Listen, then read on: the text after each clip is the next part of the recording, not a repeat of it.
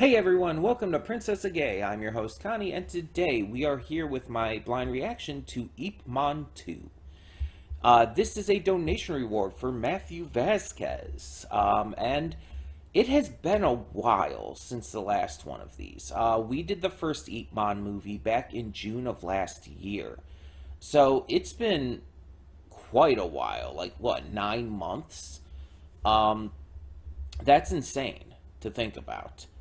Um, and I'm glad we're finally getting to this because I really enjoyed the first one and wanted to get to this one. If you remember, the first Ip Man was on my list of favorite movies that I saw for the first time last year. Um, Older films, of course, but ones that I had not seen before last year.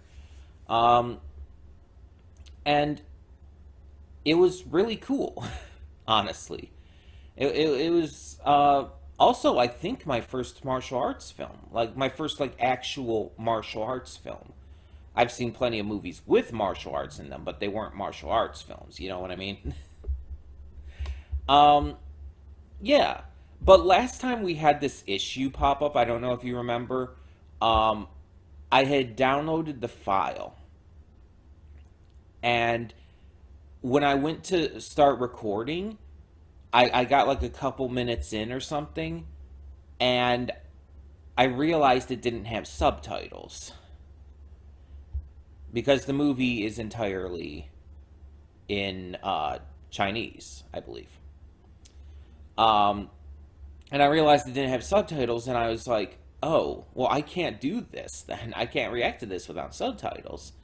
So I had to go and I think I just like rented it off of YouTube and used it there. Um, and the same thing happened this time because it's been so long. I just kind of forgot. But I downloaded the movie, and once again, I noticed it didn't have subtitles. Um, Here's the thing, though. This was like last week when I downloaded and first tried to record. Um, I I was going to record it then, and I realized at that moment that it didn't have the subtitles, and I kind of just face palmed because it's like I've been through this before. And at the same time, I didn't have time at that point to read down or to find another file or whatnot. So I just decided to wait. So in the time, I tried to find another file and everything, and I couldn't find anything that actually had the subtitles in them. So, well, we're using YouTube. I can spare $3 to rent this movie. um, but yeah, so this is being done off of YouTube. Hopefully that's good. Hopefully the subtitles are fine on here. Sometimes they haven't been for foreign films, so just saying. But I don't know like what the plot of this is going to be at all. I assume it just picks up from the last film, which, if I remember correct, um, Ip Man was a martial arts instructor who had his own style, his own unique style, and there was like stuff about like these turf wars and whatnot, and I think the government kind of forcing him out and stuff like that. Like I said, it's been a while. I can remember certain things. Like there was a tournament, and I think it was like the Japanese government or whatnot had come over, and like they had held this like martial arts like kind of not really like a like an actual tournament, but like a showcase and everything, and Ip Man's friend like entered it and died and everything in it, um because they would kill people, and they were like all about karate, but I believe that was part of it, and in the end he and his family had to flee and everything, and like there was the factory and all as well. There was a lot to it, and I don't remember everything because I just remember like the little bits and pieces here and there. But I should be able to catch up with this fairly easily. And hopefully, it won't take as long to get to the next one. Of course, that's obviously up to Matthew or any other donators who would wish to donate for it. Um, but I'm sure I'm probably going to like this as well. And I would definitely be up for reacting to more of these. So, but the full title of this is called Ip Man 2 Legend of the Grand Master, which doesn't really tell me anything new. It really doesn't tell me anything new to expect here. Because we already kind of knew this information. Excuse me. It's not even like super descriptive or special in any way. It's just, it honestly kind of sounds like a generic martial arts movie title. But that doesn't mean the movie is necessarily generic. I'm still excited to see what this has in store for us, and I'm still hoping that it's going to be pretty darn great, just as pretty darn great as the last one was. Um, but yeah, so we're going to get into this and hope for the best. So when the screen fades to black, pause this redirect and go to the description below. Follow the link to the reaction, and after you watch it, come back here to the redirect and resume play. Because after it fades to black and it fades back in, everything from that point forward will be my afterthoughts and will contain spoilers to the movie. So, that being said, thank you so much for tuning in, and I will see you at the reaction. And we are back, and we'll begin with spoilers in 3, 2, 1, now. So I was looking up some stuff in between, and apparently this movie was actually originally supposed to focus on Bruce Lee, on his training under Ip Man. But they couldn't get the rights to using him initially, not in time at least, and so they decided to change things up and save that for a later movie, I guess. There are 3 more movies after this in the series. There's the third, the fourth, and between the third and the fourth, there's also one that I guess is maybe like a spin-off of sorts. I don't know. It's not. It's called something different. It's like Master Z, I think. But it's part of the series anyway. Anyway, yeah, this takes place in 1949. When Hong Kong was under colonial rule by the British. And screenwriter Edmund Wong states that the film also explores how Hong Kong people were treated under British colonial rule and Western attitudes concerning Chinese Kung Fu. As I made very, very fucking clear, I got really heated during this. Like, I make it no secret that I get pretty emotional, and that doesn't just mean crying.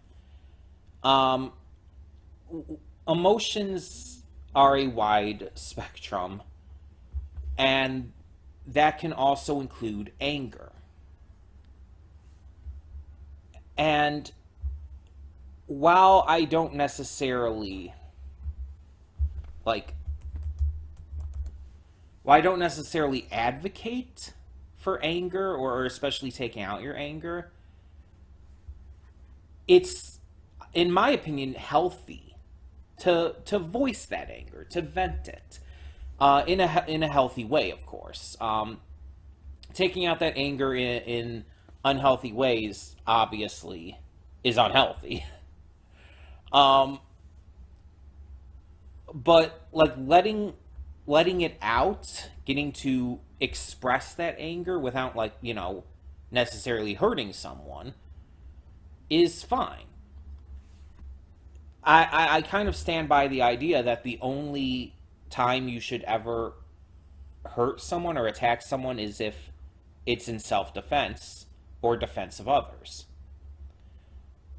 And that could mean a lot of things, though. That doesn't just mean, like, literally you're being attacked at that exact moment. Self defense, it can literally be just punching a Nazi. I know how silly that sounds, but it's like Nazis, by their entire being, are um, committing acts of violence by their existence. Their existence is an act of violence because of their beliefs and ideals. So, punching a Nazi is always self defense and defense of others. But I'm not going to get into all of that here because that's a different topic for a different day. Um, but like I said, I do believe in someone's tire squealed out there. I do believe in giving people, um, how do I put it, a chance to better themselves and all. And I do believe that everybody deserves a second chance. However, it's like when it comes to media, I don't know if you heard that again. Someone, like, I don't know what's going on out there, but someone squealed their tires again. Um, when it comes to media, I tend to be a little more aggressive, I guess, towards characters I hate because I know they're fictional, they're characters. Obviously, in real life, my actions and thoughts would be different. But without question, like, I would not be okay and comfortable at all with this kind of thing in real life. Um, Trying to find something here as well. If you've heard me clicking or whatnot. Just trying to find something real quick. Because I want to use an example of something here. There it is. Okay. Um, I talked about in the reaction how much Twister pissed me off. And not just him, but pretty much all of these main villains here. There are, I think, 3 of them in total, really, who were really the bad guys, and they were, but especially Twister. And it's, I just talked about how they pissed me off to, like, a very notable degree. Um, I think maybe the only time a villain in a movie has pissed me off more than this, has actually made me actively angrier, was the woman in An American Crime. If you remember my reaction to that movie, like from a month or so ago, however long ago it was, if you remember my reaction to that movie, you remember I had this little wooden cross thing that I, at the end of the reaction, like, threw at the coffee table here. Very, very hard. And I was pissed. Like, I was pissed, I was upset, I was so many raging emotions inside of me. And there's been a lot of movies I've reacted to where there's been villains who I've just hated, of course, who are just irredeemable pieces of shit. And again, outside of An American Crime, this is probably the most angry I've been at someone, at a villain. At least in a long time. Like, the racism is really bad as it is. That always pisses me off. But his vile attitude was so aggressively evil. He had absolutely no regrets for anything. He was like, when he killed Hung in the match, in the ring, he didn't care. In fact, he was basically bragging about it. And he was saying in like that press conference, he'd kill anyone else too. They were so absolutely beyond fucked in the head that it's at that point it's like there is no redemption for those kind of people. And like I said in the reaction, it's absolutely horrific, but it's not unrealistic. Both in the times that this movie takes place in and in real life, even now, people like this have existed. And even worse in some cases. It's absolutely horrific that anyone can think this kind of thing is okay in any sense of the word. It's evil, just straight up evil. And it genuinely pisses me off, like to a very heavy degree. Um, but this movie definitely felt different from the first. Let's actually talk about the rest of the movie outside of just that. Um, the first movie was introducing everything and had a lot to go on, and this movie seemed a little more focused, I would say. And according to this, the filmmakers actually stated that while the first movie was about survival, the sequel is about living. And that makes a lot of sense based on what we see in the two movies. The first movie with the villains we have, with the enemies that we're facing down and everything, our characters are trying to survive, trying to, you know, keep going despite everything. And while this one, it's all about living and trying to be your best and everything. And that it can include living for the ideals of others and helping out other people through that. And we see it's not only Ip Man who does this, but we even see Hung do it. We see how much he adores his family and how much he stands up for his allies and friends and just the people of China in general. I'm convinced he knew he was going to die, or at least knew he was going to lose, and he was willing to keep going to defend his people, and it earned both my and Ip Man's respect. And I also found out, by the way, apparently it was asthma that he had, from what I read. So that's okay. I can see that. I can see how that could be the case. Um, and I feel like this movie just had more of a core to it. It started off seeming like it was going to be just about this like martial arts rivalry. We have these two different schools going against each other and everything, but then it's kind of revealed that this other school, as well as just the city in general and the people within it, are kind of being controlled and, you know, ruled over by the British. That they're really fucking things up, to put it lightly.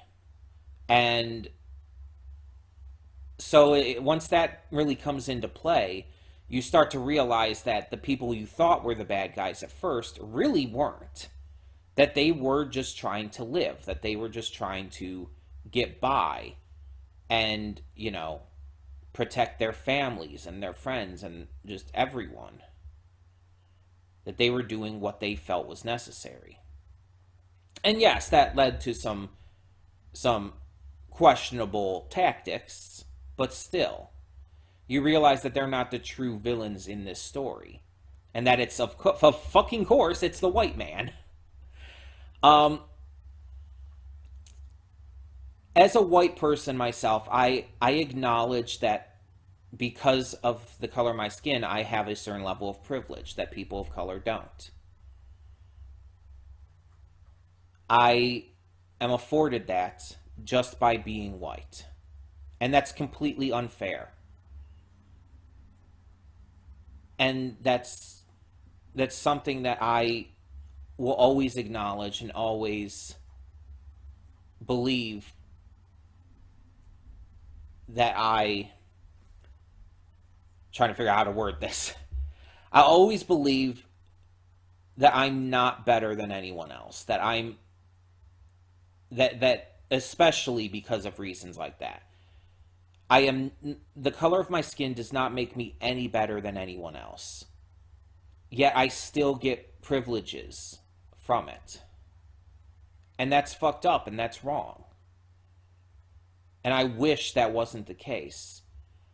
And all I can do is be a vocal ally for people of color. Whether they be Black, Hispanic, Asian, Middle Eastern, I just have to be a vocal ally. And do my best to support and side with them at any and all times. Because I understand fully that as a white person, I'm part of the people who are the problem. While I may have personally not done anything, I still hold that. That's not going to change. And I just have to do my best to show that I'm not going to be like that I'm not going to live by what people in the past, white people in the past, have done to people of color. That I'm going to be different, that I'm going to be better. And so whenever in any kind of media I see this, like, I guess you could call it a trope of the white devil, the evil white man, it's like, yeah, that's accurate. It's been accurate for a good portion of human history, for pretty much as long as there was a white man.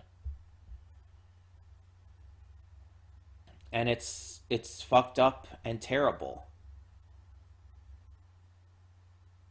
And I own that. I acknowledge that. And that's why I get so angry at this kind of thing in media. Because it's so absolutely fucked up to judge someone on the color of their skin. It's so unquestionably evil to try and place yourself on a pedestal above them and act like they are worthless or weaker or just not valuable as human beings. It is absolutely evil. And so when I see this kind of thing, it pisses me off. And rightly so. It should piss... I can't speak. I'm getting flustered. It should piss anyone off. If it doesn't piss you off, I don't want to know you. Honestly. Like, I can't understand how anyone could reconcile with that idea. And yet there's so many people, even to this day, in modern 2023 America. And I'm focusing so much on this because this was a major focus of the movie.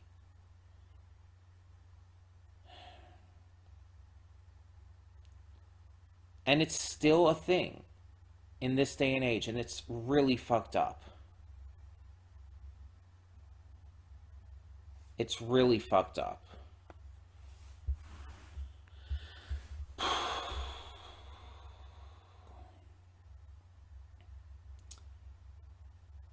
All the actors in this really pulled off their roles well, and I do want to mention Darren Shalavi specifically. He was Twister.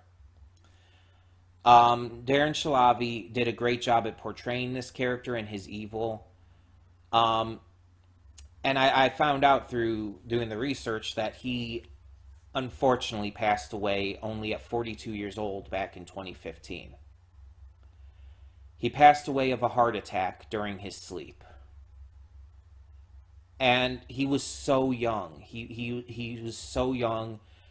He was a great actor, great martial artist, apparently a stuntman as well. He's been in multiple films out there. Um, Besides this, he was also in 300. He was in Watchmen, even though from what I gathered, he was a smaller role in Watchmen. He was in the Blood Rain movie, which I never actually saw. And he was in the Name of the King, a Dungeon Siege tale, um, among others as well. Um, but it's like he's been in quite a bit. Alone in the Dark is another one that he was in. The Marine 3, Tomorrowland. He also did television roles. He was in an episode of Smallville, apparently. He was Kano in Mortal Kombat Legacy in 2011, which was an anthology fan series on Machinima, on their YouTube channel. I don't think I ever actually saw that. But apparently he was also in the pilot of Arrow, and did a lot of stunt work for various movies like The Chronicles of Riddick, Blade Trinity, Night at the Museum, couple of the Night at the Museums, and so on and so forth. Um, I wanted to put the focus on him because I want to acknowledge that he was an actor. Like, as much as I hated his character, this is just an actor. And I have no ill will towards him. Um, Apparently, he was born in England, but his parents were both Iranian immigrants. And he moved to and trained in in China. So that's pretty interesting. And he was inspired by films of Bruce Lee and Jackie Chan as well. Yeah, he moved to Hong Kong in the mid 90s. And yeah, just he was in a lot of things with that. And it sucks that he passed away at such a young age. Apparently his heart attack was caused by atherosclerosis, um, which is like when the walls of the artery develop abnormalities, according to this. Which really, really sucks because he had talent. Again, I understand he was an actor and he was portraying this character as scummy and evil as he was really well. And I fully, I fully believe that he wasn't probably like that in real life. He was probably a normal, everyday guy, really, who just happened to be an extremely huge fan of martial arts as well. Like, according to this, he started studying judo at 7 years old, and he began training in Shotokan karate at 14. Like, he also trained in boxing, which we see in this film, but kickboxing, Muay Thai as well. It's just like this guy was a mixed martial artist, and from what we saw, at least from the boxing in this movie, really good. Um, and yeah, it's just it's wild how people can play these kind of characters. Like I probably like I'm not an actor obviously, but if I were, I don't know if I could ever play a character like that that goes so against like my mindsets and ideals and whatnot.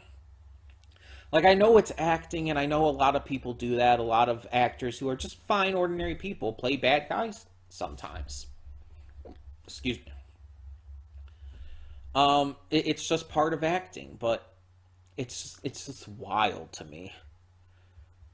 Um, I don't know if he's ever played a bad guy, but it'd be like Tom Hanks playing a bad guy. It's like Tom Hanks is so nice and friendly and happy. It's like you just can't imagine that. Like there was a movie that came out recently with Tom Hanks, a man called Otto, I think it's called. Um, wherein, from what I've seen of the trailers, he's not a bad guy, but he plays like this curmudgeony old man and everything. And it's like that alone is hard to believe because it's like, again, Tom Hanks is such a nice guy. He's just a genuinely nice person. He's so wholesome, and it's like you just can't think of him playing that kind of role. So it's weird to think about. Um, the action in this was obviously great. Getting back to the movie, the action was obviously great. The stunt work, the choreography was fantastic. It all looked really good. Donnie Yen was a standout as he was in the first one. He did a great job, but everyone did a great job. I like how they connected certain parts of it to the first movie with different characters and whatnot, but still tried to make this movie stand out on its own. So even if you never watched the first movie, you wouldn't need to. You could watch this on its own and fully understand it. Um, yeah, it's just it was really good. Again, I feel this one was a lot more. What was the word I used? My mind's blanking because I was focusing on so many other things during these afterthoughts. Um, Coordinated. That's not the word I used before, but a lot more coordinated than the previous movie. Again, there was so much more going on in the last film. So in this one, it felt like they had a lot more of a focus. That's what I was thinking. It was a lot more focused. It was a lot more just straightforward. The only big thing in it was the change of villains partway through. Um, but I felt it was naturally handled enough to where it felt believable. It didn't feel like it just came out of nowhere and hurt the overall movie. But I do want to, as always, look at the reception to this because I always do that. And as always, take this with a grain of salt. But Rotten Tomatoes has reported that 97% of critics have given Ip Man 2 a positive review based on 29 reviews, which is nothing. It's like 29 reviews is nothing. With an average rating of 6.92 out of 10. At Metacritic, the film has a weighted average score of 67 out of 100 based on 13 critics. Um, let's look at some actual specifics, though. Singaporean film critic Genevieve Low of Channel News Asia wrote, Ip Man 2 delivers, perhaps not as action-packed with dignified choreography as showcased by its excellent predecessor. I disagree on that, actually. Um, this installment is nonetheless still exciting, if a tad one-dimensional. I don't think it's one-dimensional at all. Like, at all. James Marsh of Twitch Film praised the film, writing, Ip Man 2 looks fantastic and does a grand job of evoking the period authentically, lending the film a much appreciated sense of dramatic gravitas. Joy Fang, or Fong, it might be either way, just I apologize if I mispronounce. A critic for online news portal Asia One wrote, while not as big a movie as the first one, that's what I was saying, which focuses on heartbreaking and intense issues arising from the Japanese occupation in China, this film evokes Chinese pride with its strong cultural roots. Yeah. Ho Yi of the Taipei Times wrote, despite its plot holes, what plot holes? The Ip Man series has potential and recalls the 1990s Once Upon a Time in China franchise starring Jet Li. I don't think I've ever seen any of those movies. Amir Hafzi of the Malay Mall praised Sammo Hung's martial arts choreography. I believe that was the guy who played Hung in the movie. They have the same name. With fluid movements, intricate interplay between contrasting martial arts styles, and gorgeous sequences, Kung Fu fans will definitely get their eyeballs worth here, as this time around, the introduction of Western boxing into the mix makes for some interesting choreography. Yeah, I would say so. Roger Ebert of the Chicago Sun-Times awarded Ip Man 2 3 stars out of 4, writing, "In its direct and sincere approach, it's a rebuke to the frenzied editing that reduces so many recent action movies into incomprehensible confusion." What? That's not really relevant to anything, but okay. Um, but yeah, apparently this movie did really well, although I think it's actually better than what apparently these critic ratings are, like 6.92 out of 10. It's like like raising that up to a 7. It's like that's still low for this movie. It's definitely better than a 7 out of 10. I would say upwards of an 8.5 out of 10, honestly. Um like there are definitely better movies, but this is really damn good. Um at least that's my opinion.